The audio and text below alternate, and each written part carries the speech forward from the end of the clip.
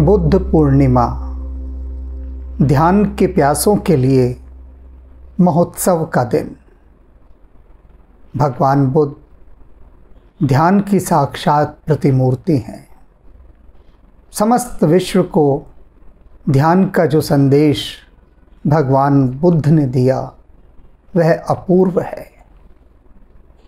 बैसाख पूर्णिमा के दिन ही भगवान बुद्ध इस भूमि पर अवतरित हुए। इसी पूर्णिमा के दिन वे ज्ञान को उपलब्ध हुए और इसी पूर्णिमा के दिन उनका महापरिनिर्वाण हुआ। कैसा दैविक संयोग है कि बैसाख माह की यह पूर्णिमा भगवान बुद्ध के नाम हो गई। भगवान बुद्ध जो इस संसार के दुखों की औषधि खोजने निकले। हम और आप प्रतिदिन देखते हैं, प्रतिदिन वृद्ध होते इस संसार को, इस जीव की काया को और रोगों को, दुखों को, कष्टों को, किंतु इन सब को देखकर हमारे भीतर कुछ नहीं घटता। क्षण भर का वैराग्य जगता है और फिर माया की आंधी उस सारे वैराग्य को बुझा डालती है।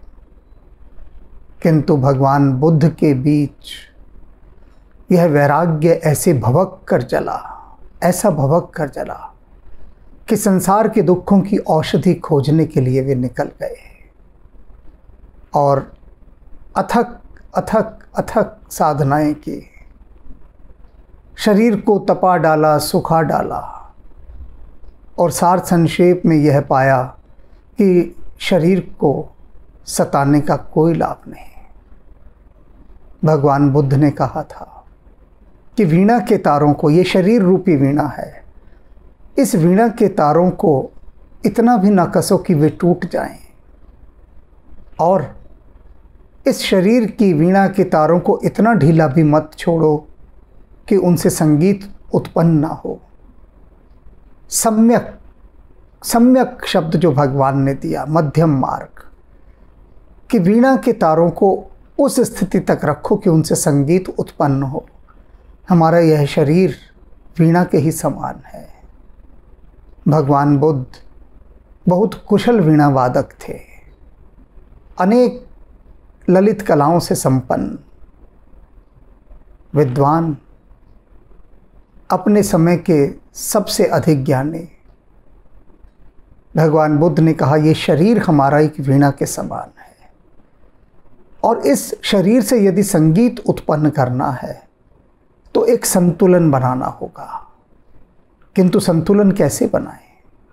संतुलन बनाने के लिए जो सबसे बड़ी तुला है, तराजू है, वह है ध्यान।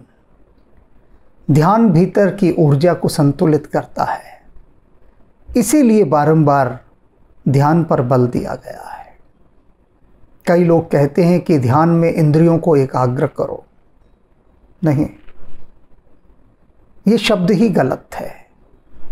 हम इंद्रियों को कैसे एकाग्र कर सकते हैं? इंद्रियां तो मुंह जोर घोड़े हैं। उन घोड़ों को जितना एकाग्र करने का प्रयास किया जाएगा वे उतना ही बिधकेंगे और एकाग्र करने के प्रयास में ही तनाव पैदा होता है। इसे एक उदाहरण के द्वारा समझें। एक नेता रैली करता है अपनी, उस रैली में भीड़ को बुलाया जाता है। कुछ लोग स्वयं आते हैं, अधिकांश को पैसे दे देकर बुलाया जाता है कि आओ और भीड़ इकट्ठी करो। तो यह है एकाग्र करना।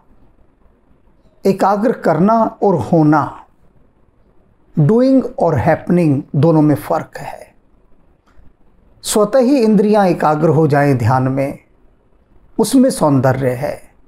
लेकिन ध्यान के लिए बलपूर्वक इंद्रियों को एकाग्र किया जाए, उसमें सौंदर्य नहीं है। अब एक नेता की रैली में जो भीड़ आ रही है, वह भीड़ कोई आत्म प्रेरणा से नहीं आ रही, किराए की है, डरा धमका कर लाई गई है, लोभ लालच देकर लाई गई है। अन्य अनेक कारण हैं जिनके कारण वह भीड़ आई है। लेकिन जब रामलीला होती है तो रामलीला के लिए क्या रामलीला कमेटी घर घर जाकर लोगों को कहती है कि आपको पैसे दिए जाएंगे, आप आइए रामलीला में भीड़ कीजिए? बिन बुलाए लोग आते हैं, बिन बुलाए, और इतनी भीड़ आ जाती है कि रोकना पड़ता है कि बस और स्थान नहीं है। तो रामलीला में जिस प्रकार से भक्तों की भीड़ स्वतः आती है उसे कहते हैं एकाग्र होना, स्वतः होना, हैपनिंग। और नेताओं की रैली में जो भीड़ आती है उसे कहते हैं डूइंग, जबरदस्ती बुलाना, एकाग्र करना। तो करना और होना दोनों में भेद है। तो ध्यान क्या करता है? इंद्रियों को एकाग्र होने के लिए प्रेरित करता है, स्वतः एकाग्र होने के लिए, इच्छा से उनके। और वह कब होता है? ध्यान अर्थात भीतर के कूड़े कचरे को बाहर फेंकने की प्रक्रिया। आप आत्मलीन होकर, शांत होकर बैठ जाते हैं और भीतर चिंतन आरंभ होता है। चिंतन में आत्मदोषों का निरीक्षण परीक्षण किया जाता है और वह प्रक्रिया आरंभ की जाती है जिनसे ये बाहर जाएं। लेकिन यदि अपने किए ही यह सब हो सकता तो आज दुनिया ऐसी ना होती। तभी कहा गया बुद्धं शरणं गच्छामि, अर्थात बुद्ध की शरण में जाओ। बुद्ध का अर्थ क्या हुआ? जागे हुए की शरण में जाओ, उन लोगों की शरण में जाओ, उन महापुरुषों की, उन दिव्यात्माओं की शरण में जाओ जो जाग गए हैं, जो ध्यान को उपलब्ध हो गए हैं, जो ज्ञान को उपलब्ध हो गए हैं, जिनका जागरण हो चुका है।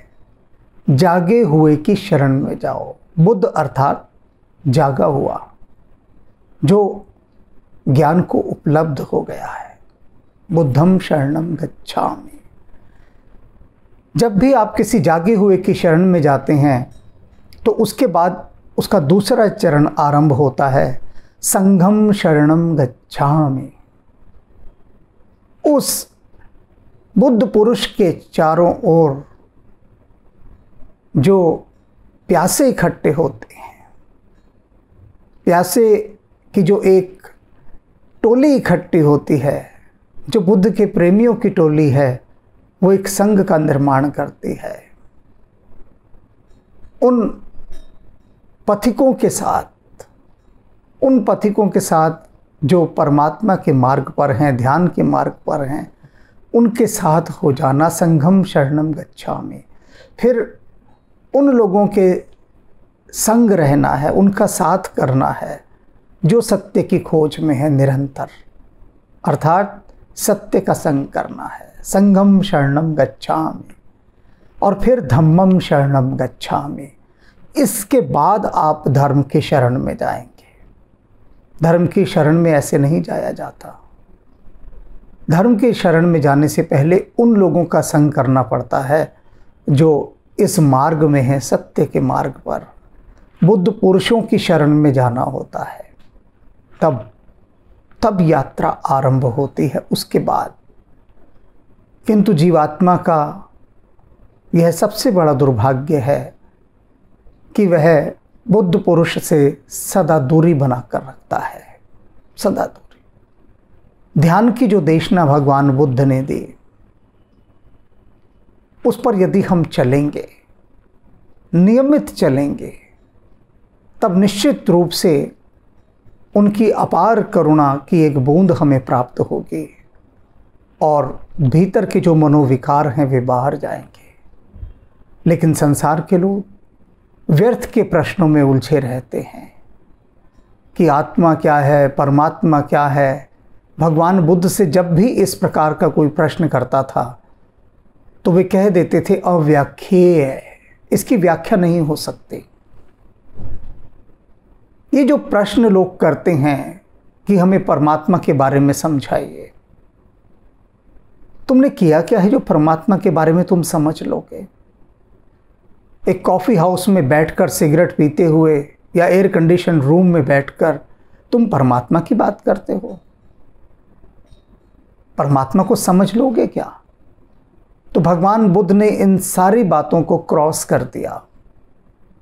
उन्होंने कहा नहीं, सब पर कांटा मार दिया कि मैं इस संबंध में किसी से कोई बात नहीं करूंगा, ना आत्मा के संबंध में ना परमात्मा के संबंध में, क्योंकि ये सारी बातें अव्याख्येय हैं, इनकी व्याख्या नहीं की जा सकती, किंतु इन्हें समाधि में, ध्यान में अनुभव अवश्य किया जा सकता है। तो एक बड़े वर्ग ने यह मानना आरंभ कर दिया कि भगवान बुद्ध को कुछ नहीं पता। वे तो मना कर देते हैं इन बातों को लेकर, क्योंकि संसारी मन क्या है, वह चाहता है कि वह प्रश्न की अपनी एक खुजलाहट सामने रखे और तत्काल ही कोई दूसरा व्यक्ति उस खुजलाहट को खुजाकर उसका उत्तर दे दे। लेकिन ऐसे उत्तर थोड़ी ना मिलते।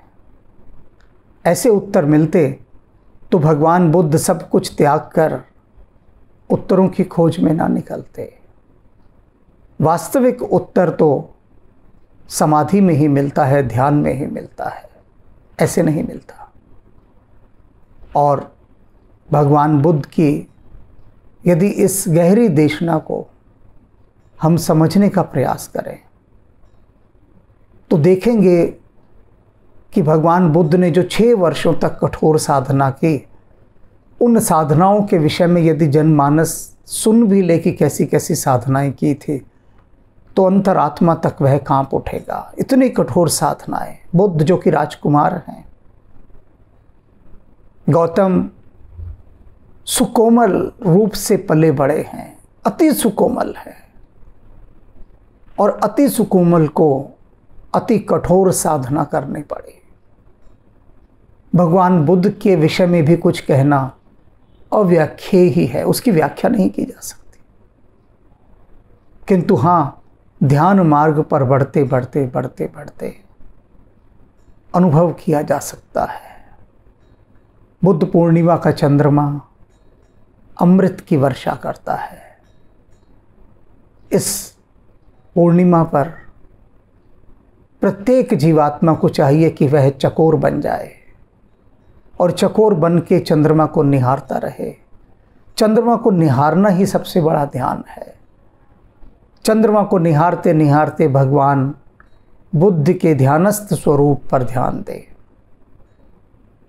भगवान बुद्ध की प्रतिमा परम शांत दिखाई देती है, किंतु वास्तव में इस शांत प्रतिमा के भीतर ऐसा दिव्य नाच है, ऐसा नर्तन है, इतना तीव्र नर्तन है कि वह स्थिर हो गया है। यदि किसी वस्तु को बहुत तेज घुमाया जाए, बहुत तेज, तो एक स्थिति के बाद वो स्थिर दिखाई देने लगती है। तो ऐसी विराट चेतना है भगवान बुद्ध। भगवान बुद्ध की प्रतिमा प्रत्येक ध्यानी के घर में होनी चाहिए।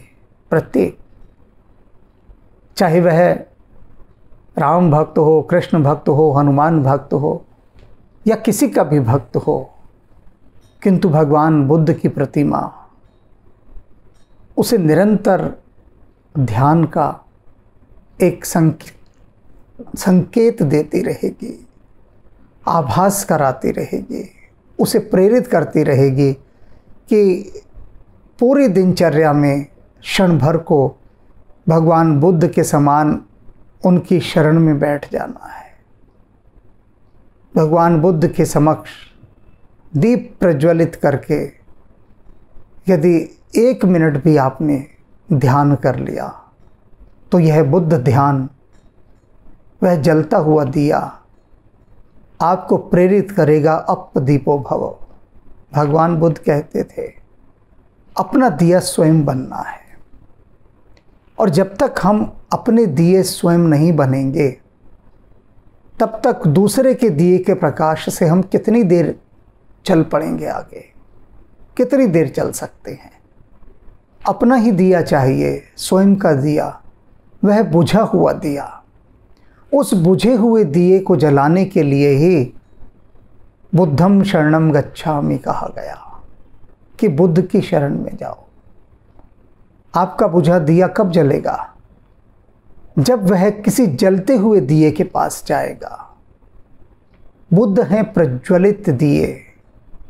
भगवान बुद्ध जैसी समस्त चेतनाएं जलते हुए दिए हैं, और इन जलते हुए दियों के जितने निकट हम अपना दिया लेकर जाएंगे, वह जितनी निकटता से उनके पास जाएगा, उसके जलने की संभावनाएं, प्रज्वलित होने की संभावनाएं उतनी अधिक बढ़ जाएंगी।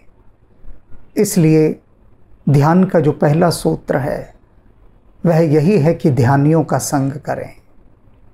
ध्यानियों का संग आपको उस भूमि पर ले जाएगा जो एक दिव्य भूमि है। ऐसी भूमि जहाँ पर ना कोई प्रश्न होता है, ना कोई उत्तर होता है, ना कोई सुख होता है, ना दुख होता है, ना दिन होता है, ना रात होता है, ना शीत होता है, ना ताप होता है। वहाँ कुछ होता ही नहीं, केवल और केवल और केवल आनंद होता है। उसी आनंद की खबर भगवान बुद्ध देते हैं, उसी आनंद की। तो इस आनंद में डूबने के लिए जो सबसे सहज सीढ़ी है वह है बुद्ध पूर्णिमा का चंद्रमा। निहारें उसे,